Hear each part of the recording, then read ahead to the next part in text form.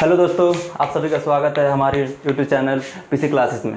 आज मैं अजीत कुमार आज आपके लिए आपके सामने लाया हूँ प्राचीन भारत का नया टॉपिक के साथ। मैं पहले आप लोगों को जैसे पढ़ा था क्या बोलते हैं मगध साम्राज्य के बारे में। आज आप लोगों के सामने क्या लाए हैं, मौर्य साम्राज्य के बारे में, जो प्राचीन काल का एक पार्ट है। तो हम लोग देखते हैं मौर्य साम्राज्य में क्या क्या कौन कौन राजा शासन किए थे। तो इनकी स्रोत पहले देखते हैं, पहले कहाँ से स्टार्ट हुआ था, कहाँ से इनका पता चला कि ये मौर्य साम्राज्य भारत में राज किए थे।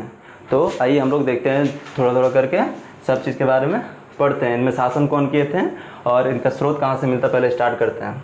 तो देखिए, सबसे पहले मौर्य साम्राज्य में हमारे क्या आते हैं, स्रोत।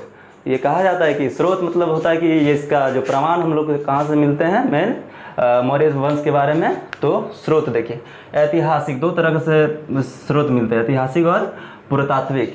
ऐतिहासिक माना जाता है मतलब होता है कि जो बुक जिसने वहाँ पे शासन किए थे उसने बुक भी लिखा था, उस बुक में ऐतिहासिक उनके बारे में पाया जाता है। और कुछ पुरातात्विक में जैसे अशोक के जो अभिलेख हैं, जो स्तंभ जो बनाए, उस सब से उनको बहुत कुछ जानकारी मिलती है, इसके बारे में मिलती है।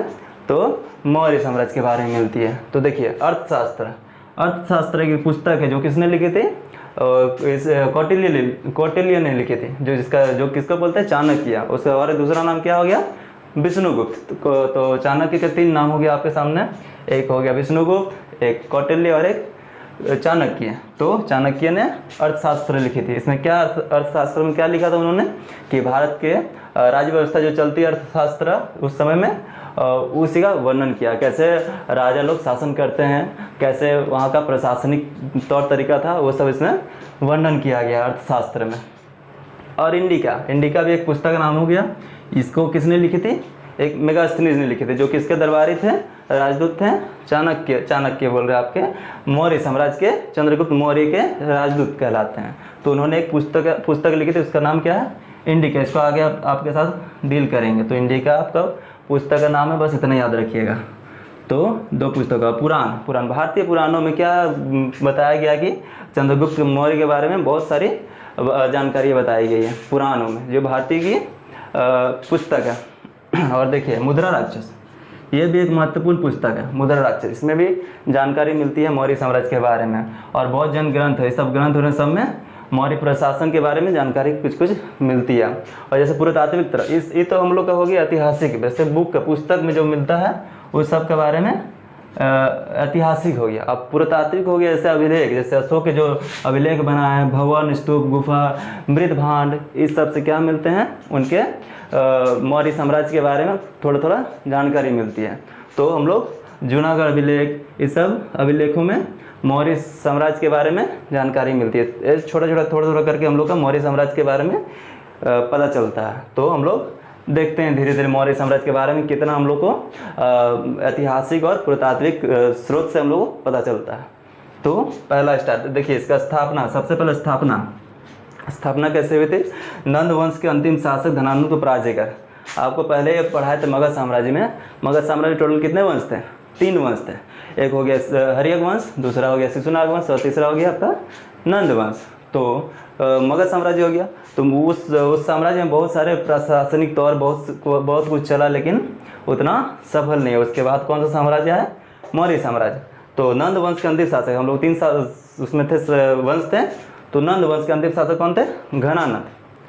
तो नंद वंश के अंतिम शासक घनानंद की हत्या करके चंद्रगुप्त मौर्य ने मौर्य वंश की स्थापना की।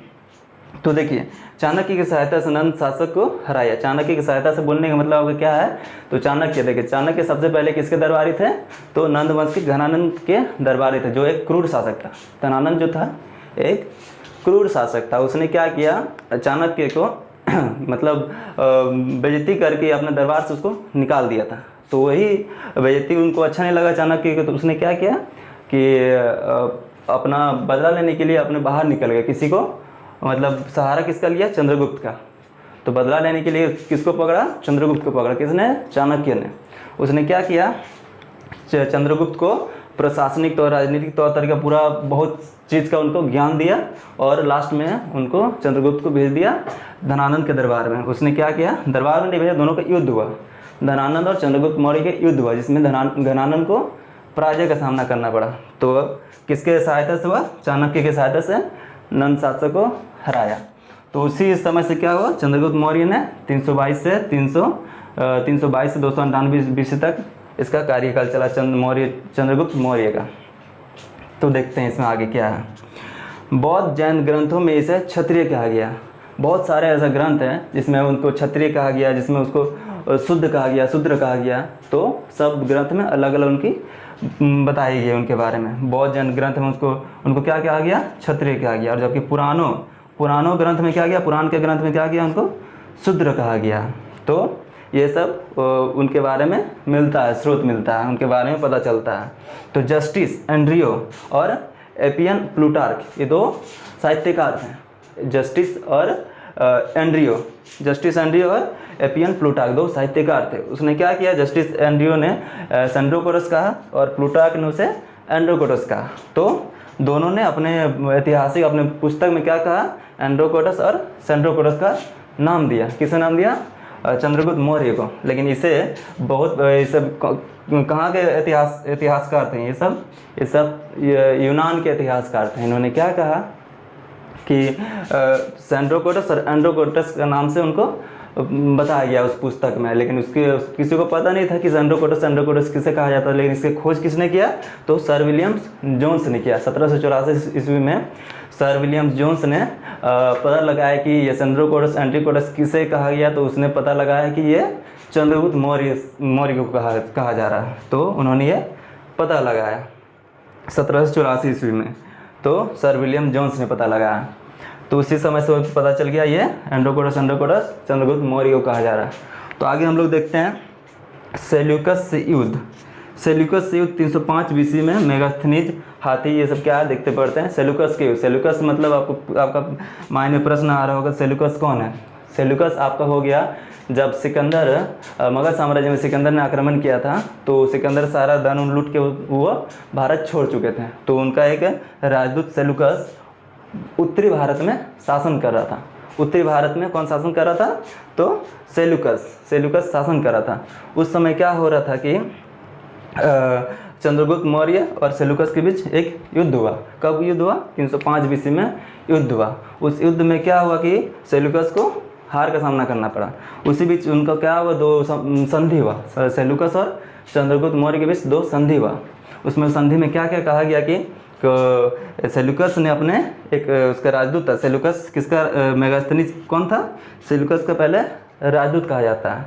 तो मेगास्थनीज को चंद्रगुप्त के दरबार में उसने भेज दिया। और उसके बदले में चंद्रगुप्त मौर्य ने उसे क्या दिया? 500 हाथी दिया। चंद्रगुप्त मौर्य ने सेल्यूकस को 500 हाथी का तोहफा दिया। और उसी का बदले में क्या दिया सेल्यूकस ने? मेगास्थनीज को उसके दरबार में भेज दिया। और एक क्या हुआ कि उनकी पुत्री, सेल्यूकस की पुत्री कौन है? हेलेना। सेल्यूकस की पुत्री हेलेना का विवाह किससे करवा दिया? चंद्रगुप्त मौर्य से विवाह करवा दिया। उसी युद्ध के उपरांत 305 BC में। तो ये हो गया सेल्यूकस की कहानी। आगे हम लोग देखते हैं जस्टिस एवं प्लूटार्क। जस्टिस और प्लूटार्क क्या इतिहासकार थे। जस्टिस और प्लूटार्क के अनुसार 6 लाख सेना के साथ भारत को रौंद दिया। मतलब जस्टिस एवं प्लूटार्क ने अपने पुस्तक जो लिखे हैं उसमें क्या बताया गया कि 6 लाख सेना के साथ पूरा उसका जो जितना साम्राज्य था उसमें टोटल सेना कितना थे? 6 लाख साम्राज्य में 6 लाख सेना के साथ उसने पूरा भारत पर कब्जा किया, मतलब शासन किया। तो ये अपने पुस्तक में ये सब वर्णन किए हैं। और उसके बाद वर्णन किए इतना 6 लाख। और ये इसके बारे में एक कहानी आपको बता देते हैं कि जो कहाँ से कहाँ तक कितना पूरा भारत, पूरा जैसे मैप है इंडिया का, इसमें कहाँ तक उसने कैसे कैसे करके राज किया। तो पूरा एकदम आपका अफगानिस्तान का क्षेत्र से लेकर पूरा बंगाल का क्षेत्र तक पूरा उन्होंने कब्जा किया। और ऊपर से जम्मू कश्मीर से लेकर कर्नाटका तक पूरा भारत में उन्होंने शासन किया। और एक चीज़ इनके बारे में कहा जाता है कि ये एकमात्र शासक थे जो लगभग भारत पर शासन किया। और एकमात्र राजा थे कि पूरा भारत पर शासन करने वाले एकमात्र राजा थे कि एक राजा थे, बाकी सब उनके शासन, एक ही राजा पूरा भारत को चला रहा है। उसी समय से राजनीतिक एवं प्रशासनिक व्यवस्था प्रारंभ हुई थी। किसके शासनकाल से? चंद्रगुप्त मौर्य के शासनकाल से। इनके बारे में ये सब बताया गया कि उनकी फिर मृत्यु कैसे हो गई, 298 BC में इनकी मृत्यु हो गई। कैसे मृत्यु हो गई? संथरा पद्धति द्वारा इसकी मृत्यु हो गई। इनके बारे में इतना दिया हुआ है ऐतिहासिक और पुरातात्विक मतलब इन सब से इनके बारे में इतना पता चलता है। तो आगे हम लोग देखते हैं इसके बाद कौन आते हैं, शासन करते हैं बिंदुसार। बिंदुसार इसके बाद शासन करते हैं। मौर्य वंश के बिंदुसार इनके पुत्र कहलाते हैं बिंदुसार। ये कब से कब तक राज किए हैं? 298 BC से 273 BC तक बिंदुसार ने शासन किया। इसे क्या कहा जाता है? अभित्रघात कहा जाता है, शत्रु विनाशक। मतलब ये शत्रु विनाशक के नाम से ये जाने जाते हैं बिंदुसार। तो उसके तक्षशिला में 2 विद्रोह हुए हैं, पहले सुसीम तथा बाद में जो बिंदुसार हैं ये तक्षशिला में शासन करते थे। तो उनमें एक उनके सामने एक विद्रोह हुआ। तो विद्रोह में वो खुद नहीं पहुंचते हैं, उनके अपने बेटे 2 पुत्र थे, एक थे सुसीम और अशोक, उनके पुत्र हैं। तो सबसे पहले उन्होंने सुसीम को भेजा उस युद्ध में, जाइए आप उनको संभाल के आइए, थोड़ा युद्ध में चाहिए। तो उसके बाद सुसीम की क्या हुआ, उसमें पराजय हो गई। पराजय मतलब क्या, उनको नहीं कुछ कर पाए। तो उसके बाद किसको भेजा उन्होंने? अशोक को भेजा। और उसमें उस युद्ध में तो अशोक ने क्या किया, अपना पूरा जितना ताकत लगा के उनको हरा दिया विद्रोह में, उस विद्रोह में। फिर उसी से पता चलता है कि अशोक भी एक महान शासक बन सकता है। उनका तरीका अच्छा था उनको हराने का। इसीलिए बिंदुसार ने क्या बाद में निर्णय लिया कि अशोक को उत्तराधिकारी बना दिया जाए, तो अशोक को। तो उस युद्ध से अशोक भी बिंदुसार ने अशोक को भी राजा बना दिया। तो फिर उसके बाद क्या हुआ? सीरिया शासक। देखिए बिंदुसार का विदेशी में बहुत सारा उनका कनेक्शन था, मतलब विदेश से उनका बहुत लेन देन होते रहता था। तो विदेशी कौन था? एक सीरिया शासक। सीरिया और मिस्र सबसे संबंध बना के रखे थे बिंदुसार। तो सीरिया से उन्होंने क्या मंगवाया?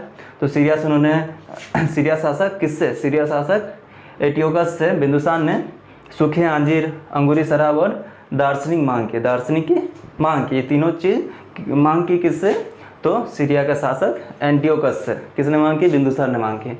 लेकिन सीरिया शासक ने क्या कहा कि हम आपको सूखे अंजीर और अंगूरी शराब दे सकते हैं, लेकिन दार्शनिक नहीं दे सकते हैं। क्यों नहीं दे सकते हैं? क्योंकि दार्शनिक उनकी परंपरा में नहीं थी, इसीलिए वो दार्शनिक नहीं दे पाए। तो ये 2 चीज़ मात्र उन्होंने बिंदुसार को दिया। उसके बाद मिस्र का राजा टॉलमी टू फिलाडेल्फस ने क्या किया? उनको डायनोसिस राजदूत को बिंदुसार के दरबार में भेजा। जो मिस्र के राजा थे टॉलमी टू फिलाडेल्फस, तो उन्होंने क्या किया? एक राजदूत भेजा जिसका नाम क्या था कि डायनोसिस एक राजदूत था, उनके दरबार में उनको भेज दिया। एक क्वेश्चन आता है आपका, याद रखिएगा कि जैसे इसमें आपका क्वेश्चन बनता है कि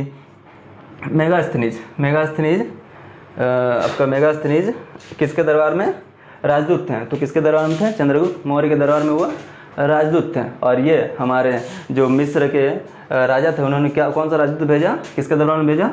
डायनोसिस राजदूत भेजा। किसके दरबार में? बिंदुसार के दरबार में भेजा। किसने भेजा? तो टॉलमी टू फिलाडेल्फस ने राजदूत भेजा, जिसका नाम क्या था? डायनोसिस नाम का राजदूत भेजा। ये सब मेन पॉइंट है जिसको आप लोग याद किए तो अच्छा है। तो उसके बाद मृत्यु हो गई, 273 ईस्वी में इसकी मृत्यु हो गई। तो इसके बाद कौन राजा बनते हैं? तो इसके बाद आते हैं अशोक आते हैं। तो आइए अशोक के बारे में थोड़ा देख लेते हैं। अशोक के बारे में फिर लिखते हैं, थोड़ा एक बार रिवीजन भी कर लेते हैं, आपका अच्छा हो जाएगा। तो पहले हम लोग क्या स्रोत देखें ऐतिहासिक स्रोत और पुरातात्विक स्रोत, इसके बारे में कहाँ का वर्णन मिलता है, कैसे कैसे पता चलता है कि यह मौर्य वंश यहाँ से शुरू हुआ, कुछ जानकारी मिलती है। ऐसे अर्थशास्त्र चाणक्य ने लिखी थी, इंडिका जो मेगास्थनीज पुराण, मुद्रा राक्षस, बौद्ध जैन ग्रंथ, इस सब में मुद्रा राक्षस में क्या मिलता है? मुद्रा राक्षस एक पुस्तक है, उसमें क्या वर्णन है कि चंद्रगुप्त ने कैसे धनानंद को पराजय किया। तो वो मुद्रा राक्षस बुक में आपको मिल जाएगा। और बौद्ध जैन ग्रंथ में भी इनकी जानकारी मिलती है। और अशोक के अभिलेख, अशोक ने जो अभिलेख बनवाया उनसे भी इनकी जानकारी मिलती है। भवन, स्तूप, गुफा, मृदभांड, इन सब से उनकी जानकारी मिलती है। और जूनागढ़ अभिलेख, और इन सब अभिलेखों में थोड़ा करके जानकारी प्राप्त होकर इतना जानकारी मिलती है। तो उसके बाद देखिए स्थापना, नंदवंश धनानंद को पराजय करके, घनानंद को पराजय करके स्थापना हुआ था मौर्य साम्राज्य को।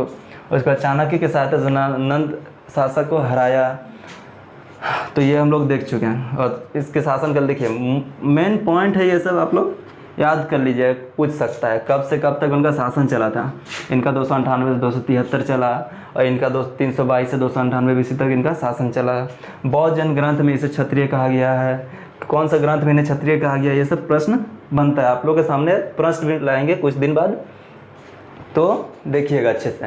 प्रश्न भी लाएंगे, क्वेश्चन भी लाएंगे, और आंसर आपको बताते चलेंगे, एक्सप्लेन भी करते रहेंगे आपके सामने। तो देखिए, जबकि पुराण आदि में इसे शूद्र कहा गया है, तो जस्टिस एंड्रियो और एपियन प्लूटार्क ने इसे सेंड्रोकोटस और एंड्रोकोटस कहा गया। ये सब कौन थे? इतिहासकार थे। कहाँ के थे? यूनानों के इतिहासकार थे। इन्होंने ये सब कहा गया, जिसकी पहचान किसने की? सर विलियम जोन्स ने की थी। 1994 ईस्वी में इसकी पहचान की थी। सेल्यूकस से युद्ध कब हुआ था? 305 बीसी में। और मेगास्थनीज किसके दरबारी थे? राजदूत थे। तो चंद्रगुप्त मौर्य के। पहले किसके थे? तो सेल्यूकस के थे। तो इसको याद कीजिएगा, थोड़ा ध्यान दीजिएगा, सब मेन टॉपिक है। और जस्टिस प्लूटार्क के अनुसार 6 लाख सेना। जस्टिस प्लूटार्क जो इतिहासकार थे यूनानों के, वहाँ पे यूनान शहर है, वहाँ के ये लोग इतिहासकार थे। उन्होंने क्या बताया कि जो चंद्रगुप्त मौर्य है, उन्होंने क्या 6 लाख से ज़्यादा सेना था उनके पास। तो यही उन्होंने अपना पुस्तक में वर्णन किया है। और इनकी मृत्यु कब हो गई, कैसे हो गई? संतरा पद्धति द्वारा इनकी मृत्यु हो गई। कब मृत्यु हो गई? तो 298 ईस्वी में इनकी मृत्यु हो गई। फिर बिंदुसार आते हैं, उसके पुत्र हैं, तो इन 298 से 273 ईस्वी में इनको शासन करते हैं। इसका शत्रु विनाशक भी कहते हैं, मित्र घाट कहा जाता है इन्हें। तक्षशिला के विद्रोह में हुए, पहले सुसीम तथा बाद में अशोक को भेजा। पहले सुसीम उसका बड़ा भाई था, बड़ा बेटा था किसका? बिंदुसार का। उसके बाद अशोक उसका छोटा बेटा था, तो ये भेजा। फिर सीरिया शासक एटियोकस से बिंदुसार ने क्या क्या मंगवाया, ये सब मेन है। दार्शनिक क्यों नहीं दिया, अंगूर और शराब, ये सब 3 चीज़ उन्होंने मंगवाया था। किसने? बिंदुसार। और इसके शासनकाल में कौन राजदूत बन के आए थे? डायनोसिस ने। किसने भेजा था? टॉलमी टू फिलाडेल्फियस ने भेजा था। कहाँ के शासक थे? मिस्र के शासक थे। राजा टॉलमी टू फिलाडेल्फियस ने इन्हें राजदूत बना के भेजा था। किसके दरबार में भेजा था? बिंदुसार के दरबार में राजदूत बना के भेजा था। फिर बिंदुसार की कब मृत्यु हो गई? 273 ईस्वी में इनकी मृत्यु हो गई। अब आइए हम लोग देखते हैं किसके बारे में? अशोक के बारे में। तो अशोक ने इसके बाद शासन किया।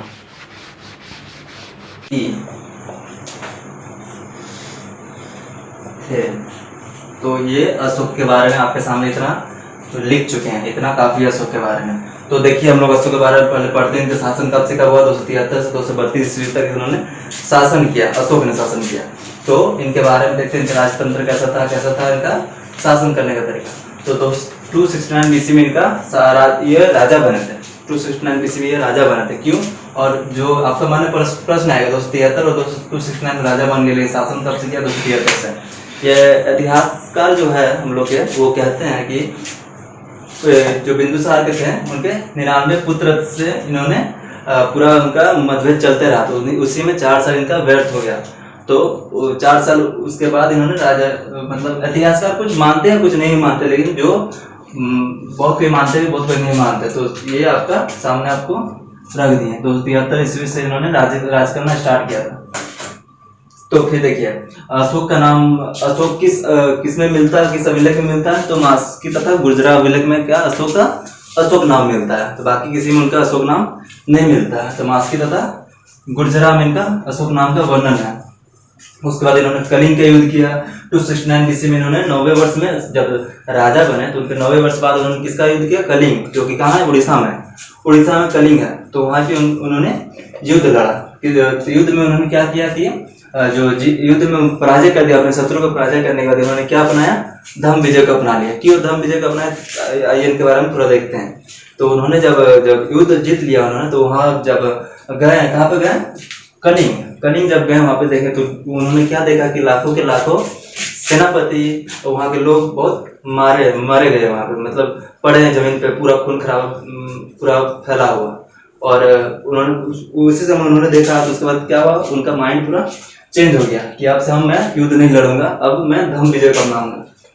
तो उसी समय से उनका माइंड चेंज होकर उन्होंने युद्ध करना ही छोड़ दिया। उसके बाद उन्होंने बौद्ध धर्म की अपना लिया। और उस युद्ध के बाद दौरान उन्होंने किससे मिला? गुप्त नामक भिक्षुक से उन्होंने बौद्ध धर्म की दीक्षा ली। तो तो उनका ये क्वेश्चन आता है कि अशोक ने किस युद्ध के बाद उन्होंने युद्ध करना छोड़ दिया। तो कलिंग के युद्ध के बाद अशोक ने युद्ध करना छोड़ दिया था और किस धर्म को अपनाया था, तो बौद्ध धर्म को उन्होंने अपना लिया था। तो बौद्ध धर्म का अपनाने के बाद उन्होंने क्या किया, युद्ध वगैरह छोड़ दिया। तो वो प्रचार प्रसार के लिए पूरा निकल पड़े, सब जगह प्रचार प्रसार करने लगा बौद्ध धर्म का। फिर उन्होंने अपना बेटा बेटी को श्रीलंका भेजा बौद्ध धर्म के प्रचार के लिए। फिर उन्होंने जब शासन के 9वें वर्ष में उन्होंने कलिंग युद्ध के 10वें वर्ष में उन्होंने कहा गया, 10वें वर्ष में बौद्ध गया चले गए। फिर 20वें वर्ष में कहा गया लुम्बिनी की यात्रा कर दी।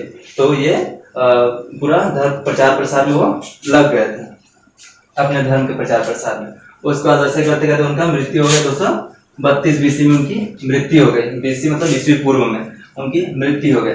और उसके बाद देखते बृहद्रथ। बृहद्रथ कौन है, जो मौर्य वंश के अंतिम शासक थे। शासक तो बहुत है, लेकिन हम लोग जो मेन जो है उनके बारे में देखते हैं। जो क्वेश्चन आता है मेनली पूछता है कि पहला शासक कौन था, अंतिम शासक कौन थे। जो अच्छे काम किए हैं उनका बस याद रखिए, इतना काफी आपका क्वेश्चन बन जाएगा। आपके सामने क्वेश्चन भी लाएंगे तो देख लीजिएगा उसमें कैसा कैसा क्वेश्चन बनता है। तो देखते हैं बृहद्रथ कौन है, इसका अंतिम शासक है। अंतिम मौर्य शासक कौन है, बृहद्रथ, जो 185 ईस्वी में उन्होंने राज किया था। जिसकी हत्या किसने कर दी, पुष्यमित्र ने, जो कौन था, उसका सेनापति था। किसका, बृहद्रथ का सेनापति कौन था, पुष्यमित्र। उसने ही अपने राजा की हत्या करके इस वंश का समाप्त कर दिया। कौन वंश था, मौर्य वंश था। इसके बाद अगला बनता है आपका पुष्यमित्र सुंग। अब एक नया वंश बनाते हैं, तो उसके बारे में पढ़ेंगे। लेकिन इसके बाद आता है मौर्य प्रशासन के बारे में। तो मौर्य प्रशासन के बारे में आपको अगला वीडियो में देखने को मिल जाएगा। अभी ये पार्ट 1 बना है, पार्ट 2 भी आपका अगला वीडियो में देख लीजिएगा। तो आपका पूरा मौर्य वंश पूरा डीपली हो जाएगा। आपका काफी है इतने एग्जाम में, उससे ज्यादा नहीं पूछते। तो अगला वीडियो पार्ट 2 जो आएगा आपको वो देख लीजिएगा मौर्य प्रशासन के बारे में। तो आपका अगला वीडियो में मौर्य वंश खत्म हो जाएगा। तो थैंक यू दोस्तों। अगर वीडियो अच्छा लगा तो लाइक कीजिए, शेयर कीजिए, सब्सक्राइब कर दीजिए। तो मिलते हैं अगला वीडियो में, तब तक के लिए थैंक यू।